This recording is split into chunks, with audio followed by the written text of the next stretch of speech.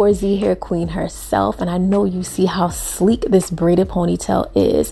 I'm going to teach you how to get consistent results each and every time, no matter how thick, textured, or full your hair is. This entire slay is glamorous, and I'm going to give you all the gems, but if you want a more detailed timestamp, check the video menu or the description box. But this routine is way too damn good. We gotta get into it. So if you're anything like me and you have very thick 4Z textured hair, you have to break the hair down into sections. And my first part is going to span from ear to ear, right around the area of the crown. It doesn't have to be straight. You guys know I struggle parts unite, okay? And then the next part, I want to be down the center of the hair, going to the midpoint of the crown. My scalp is a little bit irritated, so please don't come for me. I just washed my hair, so clearly a product caused this irritation to my scalp. Now my hair detangling routine is one for the books. I'm taking the Felicia Leatherwood detangling brush, which I'll have linked in the description box, and I like to use this after applying a heat protectant. Yes, this routine will include heat, but of course you can skip it. But this is the perfect detangling brush to remove any knots. Now remember that one-step volumizer that I used on my wigs? We're going to be using this on my natural hair. Yes, it works. You can use it on your hair too. What this does is just elongate the hair and further detangle it.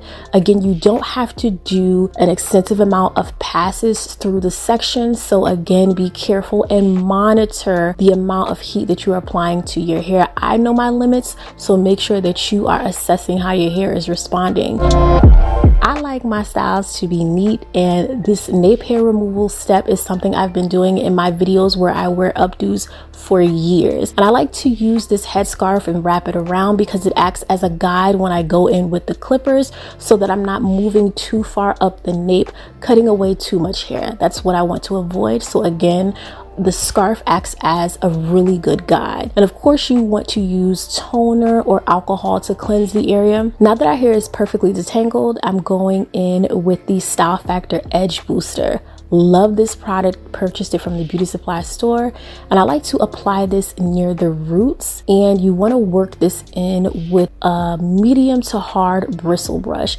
because you don't want the product to just sit on the hair. You can also go in with a touch of oil to reduce the appearance of that white residue that sometimes occurs.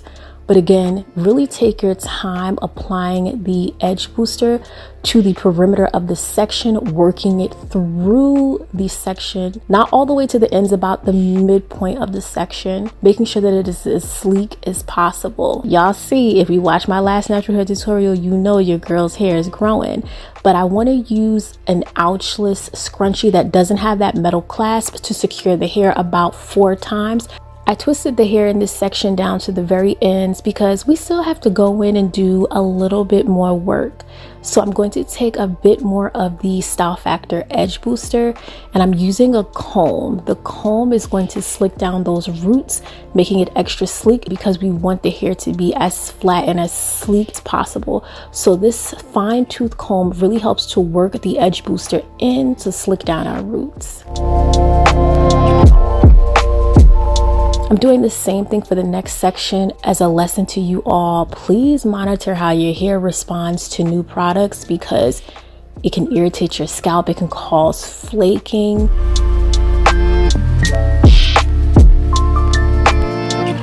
Okay, so I know you saw I did 2 passes with the hot comb. Y'all not gonna eat me up. I know my hair, do what is best for you. I just wanted a small pass at the area of the center of the middle part so it could just, you know, easily be slicked down. That's all. Again, you can skip that step. But to do just a few passes when your hair just has heat protectant on it, you should be fine. And pay attention to how I'm alternating between using a bristle brush and the fine tooth comb. These work together to yield the best results. And that's why I want you guys to make sure your hair is properly detangled so it flows through the section smoothly.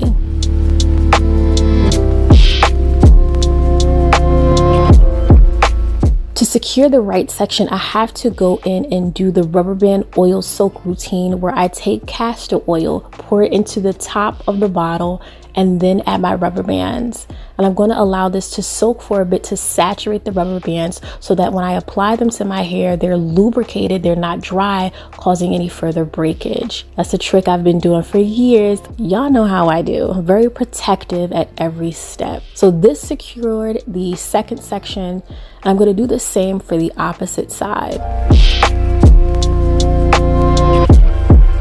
It feels so good to be doing a natural hair tutorial. Like, me and my hair, we really have been getting to know each other, and I'm trying to retain more length and just be healthier about my overall regimen, and I love it. But don't eat me up about passing the hot comb slightly through the top of the section. I had to. It works. And you guys can see for the sections at the front, I broke them down into two smaller parts so that, again, I'm slicking down the base of the section and then going in to slick down the top of the section.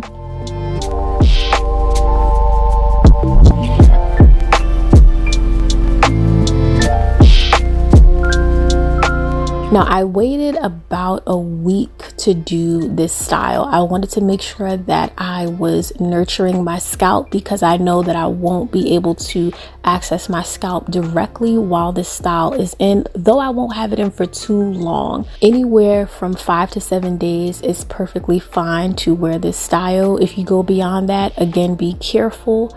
Be very intentional about protecting your scalp and your natural hair, because I know once I take this style down, we have to have a wash day.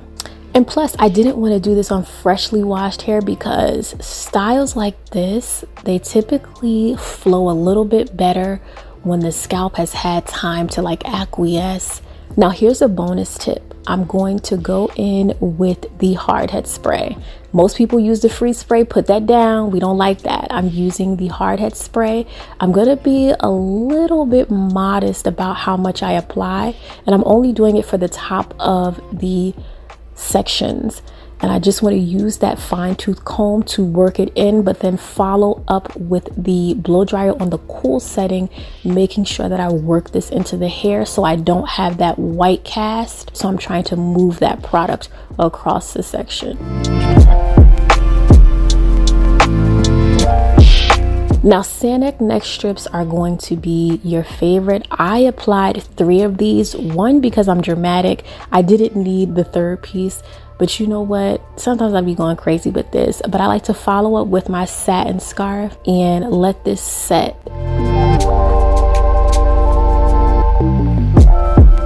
Now, this is what I'm going to do different. I have a lot of hair in this ponytail. I'm going to detangle it and break it into 3 separate parts. I'm going to twist the hair down to almost near the ends and then braid the base of the twist for added security.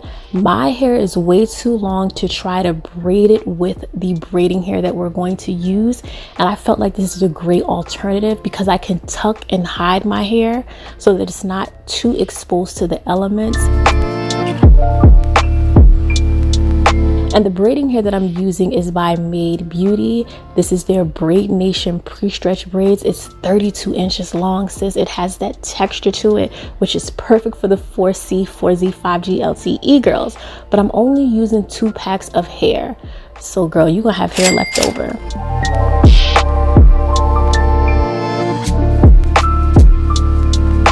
And here I'm going to be securing a rubber band around the midpoint of the left or right side of the section. You can choose because I want this braid to be longer than 32 inches. So you have to stagger where you're going to secure it. And you guys will see. Keep in mind where this rubber band is because I'm going to place that exactly where the base of the ponytail of my natural hair is. So I use this as a guide, as a marker, and it keeps the braiding hair in place as you maneuver and secure it onto your natural ponytail. So with another ouchless scrunchie, I'm going to hold that braiding hair in place, making sure that it sits on top of my natural hair, and then I'm going to secure it approximately 4 times.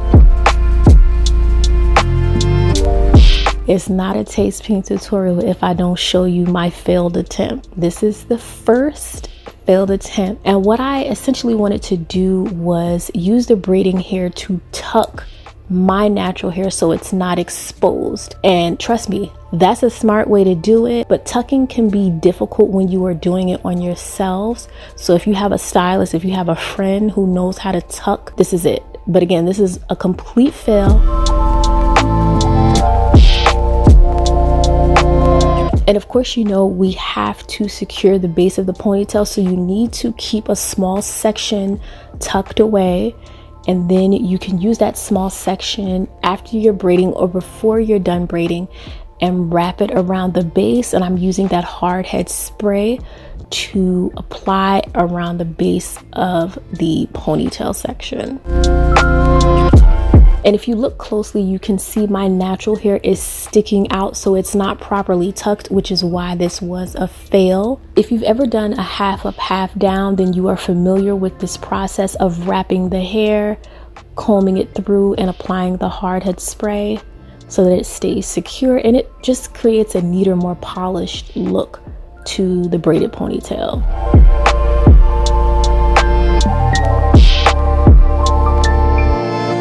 If you're still with me, tell me where you would wear this braided ponytail look to. I wore it to a cookout. I wore it to dinner. One thing about it is absolutely gorgeous.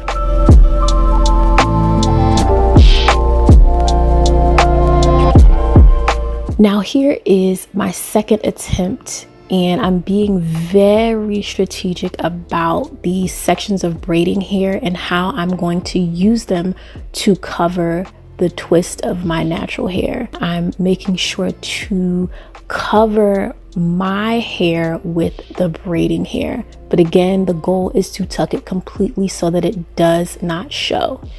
And to be real with you guys, it does show a tiny bit, but I would rather it show like 0.5% than it be showing like 20%, because I'm not a perfectionist. I mean, I am, but I'm a realist.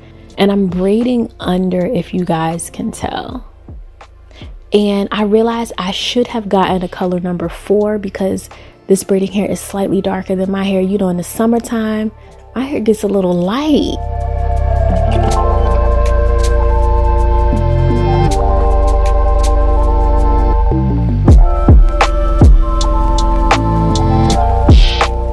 But I'm braiding the hair downward, and you want to use the detangling brush to comb through the hair as you are braiding. This hair was not crazy with the tangles, so that is a plus, given that this type of braiding hair has a bit of texture to it. So I highly recommend this hair. And this long ponytail, 30+ inches, excuse me, yeah, get into it.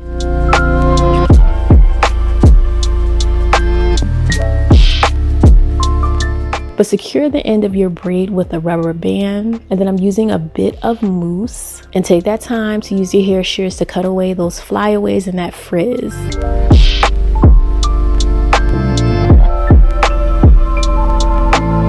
And I am going to dip the ends of the braid. It makes everything neater. And honey, I put my press-on nails on, my jewelry, my outfit. You know, I had to do the bold red lip. One thing about it, if you are new here, subscribe, okay? But take a look around, because one thing I do is slay 24/8, okay? So check out the channel. It's tons of content for the glamorous people of the world. And after I did my makeup, honey, I'm ready to go. Looking every bit of glamorous. My hair is sleek. I mean, what? Give this video a thumbs up. Please share this with your homeboys and your homegirls. Meet me in the comments. Tell me where you would slay this look. It's perfect for summer. It's a great break from the wigs. I appreciate you so much for tuning in. I love you all, and I hope I see you in the next one.